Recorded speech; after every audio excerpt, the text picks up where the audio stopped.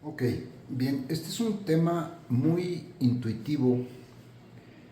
Es un tema que le puede tomar un semestre a los economistas, normalmente es el tercer semestre cuando se ve esto, pero para una persona que entiende de gráficas y de matemáticas un poquito es un tema muy intuitivo, pero que explica mucho de la conducta humana. Es una herramienta que usamos mucho los economistas, se llama curvas de indiferencia y restricciones presupuestales. Entonces vamos a suponer que vivimos en una economía en la que solo existen dos bienes, el bien A y el bien B. Y vamos a suponer que tienen un precio de, si tuvieran un precio de $1 cada uno y nosotros tuviéramos 100 pesos de presupuesto, ese fuera nuestro salario mensual por decir algo, pues podríamos gastar los 100 pesos en A, podríamos gastar los 100 pesos en B, o podríamos agarrar todas estas combinaciones intermedias, ¿no? En esta gastamos 50 en uno y 50 en otro. Entonces, el presupuesto tiene que gastarse en los dos bienes. Se ve claramente que el precio determina la pendiente de esta recta, ¿no? O sea, si el B costara 50 centavos, pues esta recta se iría hasta allá, ¿no? Entonces, los cambios en el precio de un bien o de otro se reflejan en un cambio de la pendiente de la restricción presupuestal. Bueno, si borro esto, hay un invento muy curioso de los economistas que se llama las curvas de indiferencia, que es muy creativo, porque se basa en la idea de que en algún momento la economía estaba atorada en el tema en una paradoja, no me acuerdo si se le llamaba la paradoja de Smith, en donde se decía, ¿por qué siendo el agua tan fundamental para la vida, tiene un precio tan bajo o nulo o es gratis? ¿Y por qué los diamantes, siendo tan poco útiles para la vida humana, tienen un precio tan elevado? Y esa paradoja subsistió por mucho tiempo hasta que ¿quién fue? Balraz, o lo voy a checar, alguien, ahorita se me fue el nombre, inventó el término de la utilidad marginal. La utilidad marginal es la utilidad, los economistas tienden a decir que es la utilidad provista por la última unidad consumida de un determinado bien. Y está cerca de ser eso, pero la utilidad marginal es la utilidad que nos da cada uno de los bienes en el momento en el que se consume. Pero la clave de esto es, mejor poner un ejemplo para entenderlo. La clave de esto es que el primer vaso de agua o el primer litro de agua que tiene un náufrago en una isla le salva la vida. El segundo litro de agua le provee comodidades. El tercero le permite bañarse y hacer otras cosas y a lo mejor hasta regar una planta. El 10º litro tiene una utilidad marginal muy, muy inferior a la del segundo litro y tremendamente inferior a la del primer litro que le salva la vida a este hombre, ¿no? Esa es la utilidad marginal y es decreciente en función del consumo de un bien. La primera cosa que consumimos siempre tiende a darnos la mayor utilidad y las sucesivas menos utilidad que las anteriores. A eso se le llama utilidad marginal decreciente. Con ese principio en mente, a alguien se le ocurrió la idea de decir, ¿cómo sería una curva en donde yo estuviera todo el tiempo indiferente entre un punto y otro de la curva en mi consumo de A y B? O sea, este punto y este punto, digamos que fueran indiferentes. Me da lo mismo estar aquí que estar aquí. Los defino así arbitrariamente, o sea, es como si alguien me preguntara cuánto tendrías que ceder de B, cuánto te tendrían que dar de A para que cedieras esto de B, ¿no? Esta distancia de B. Y yo empíricamente contesto esa pregunta. Y si lo contestara yo para todos los puntos de la gráfica, tendría yo una cosa que se llama la curva de indiferencia, que es convexa al origen, y en esta curva me da lo mismo estar aquí, que estar aquí, que estar aquí, que estar aquí. ¿Por qué es convexa al origen y no recta o cóncava? por el principio de utilidad marginal decreciente. Cuando yo ya tengo una cantidad muy grande de B, estoy dispuesto a ceder mucho de B, todo este pedazo de B, para obtener un cachito de A que casi no tengo de A, ¿no? Este cachito de A vale todo esto de B, cuando estoy consumiendo acá, en este punto. Cuando estoy a la mitad, la tasa de cambio entre las dos pues es más o menos similar, ¿no? Porque no tengo demasiado de ninguna. Cuando estoy en este punto, ocurre lo inverso, que es que estoy dispuesto a ceder mucho de A para conseguir un poquito de B. Entonces, esa es la curva de indiferencia que refleja el principio de utilidad marginal decreciente. Las curvas de indiferencia tienen varias propiedades que ahorita no me acuerdo de todas, pero una de ellas es que son convexas al origen. Otra es que no se intersectan. Forman un mapa denso. Yo creo que primero es conveniente decir que forman un mapa denso.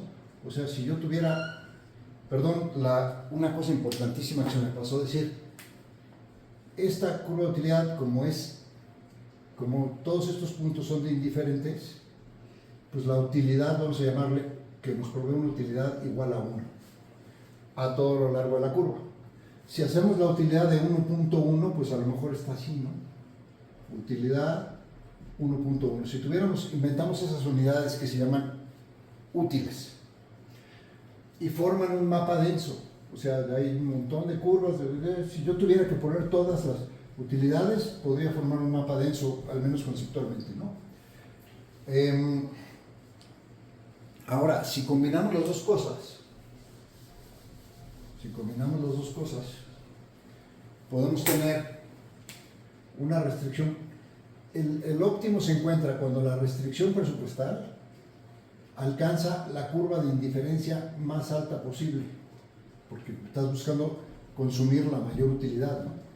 Si tus preferencias están muy cargadas hacia A, por tus gustos, pues tus curvas de indiferencia van a estar muy acostadas, ¿no? Si estás, déjame ver, aquí estás, no, muy hacia B, ¿no? Si tus preferencias son muy hacia B, hacia el bien B, tus curvas de indiferencia van a estar muy acostadas porque siempre estás dispuesto a ceder,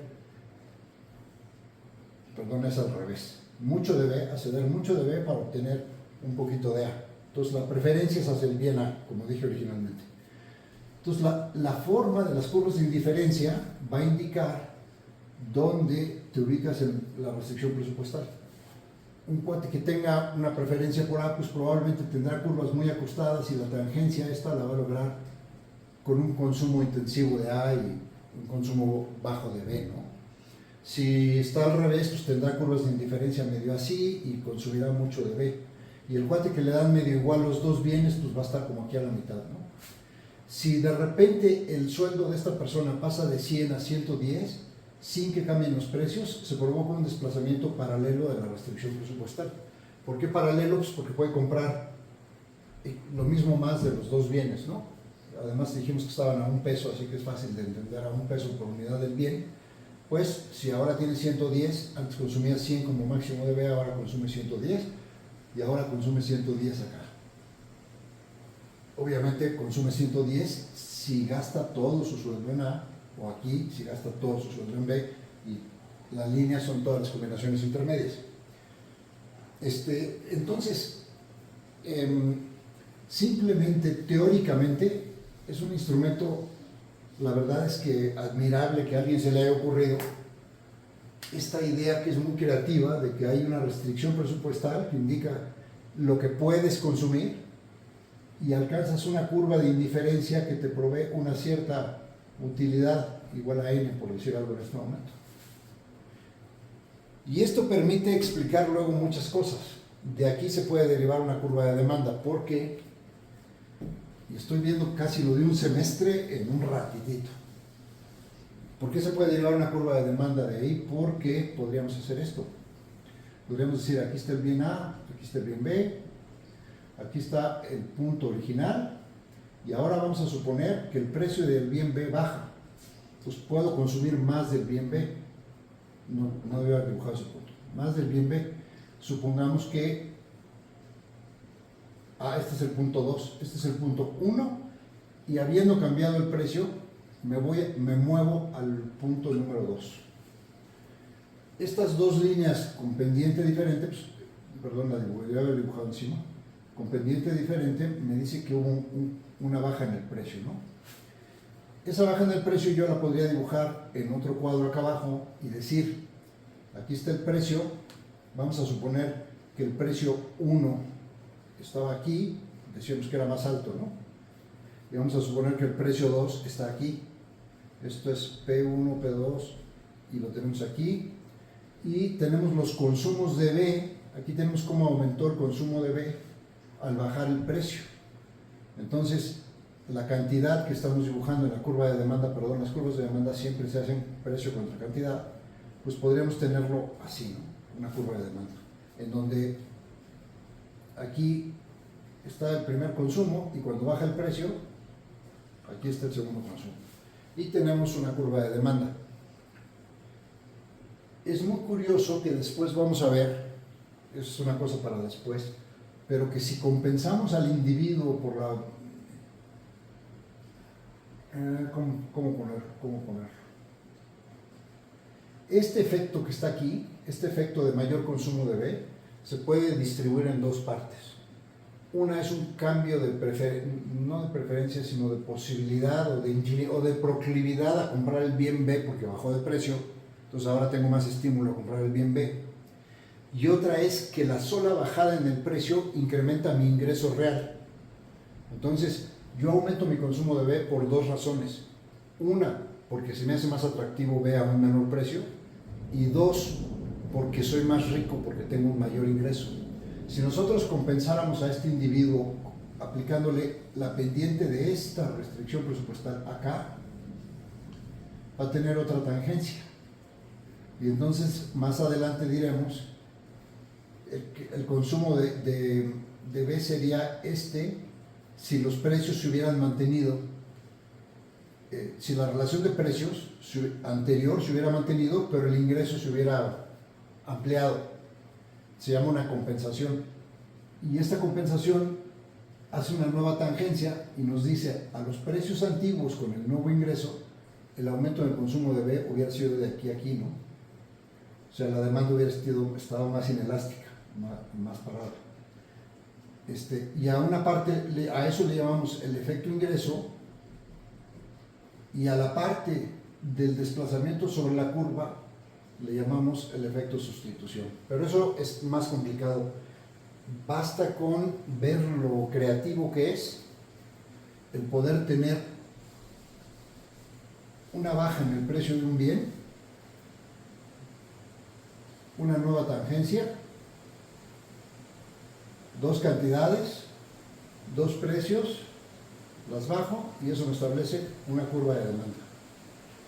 Pero los principios detrás de esta curva de diferencia son fantásticos porque refleja esa curva el principio de utilidad marginal decreciente, que también existe en todo, existe en la naturaleza, existe en un organismo que se adapta al medio haciendo algunas modificaciones como incrementando el tamaño de su cerebro o desarrollando escamas en la piel.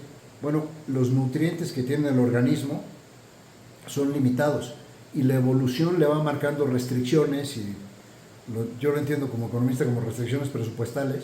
O sea, de repente hay menos oxígeno en la atmósfera, de repente los depredadores que cazan a este organismo aumentan o disminuyen y eso le va dando a ese organismo nuevas utilidades marginales de distintas estrategias evolutivas.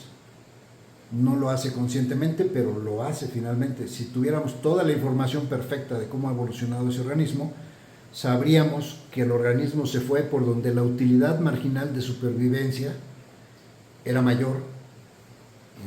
Los organismos que no se fueron por ahí se extinguieron, ¿no? Las palomas estas que se volvieron negras por el smog en la ciudad de Londres, etcétera. Bueno, pues esa es la cosa que mejor les pagó en términos de supervivencia marginal, ¿no? el concepto de marginal en economía a mí se me hace fantástico y aplica en psicología, en, bueno, una cantidad de cosas impresionante. Y por eso me parecía importante transmitirlo en un pequeño video experimental. Gracias. Chao.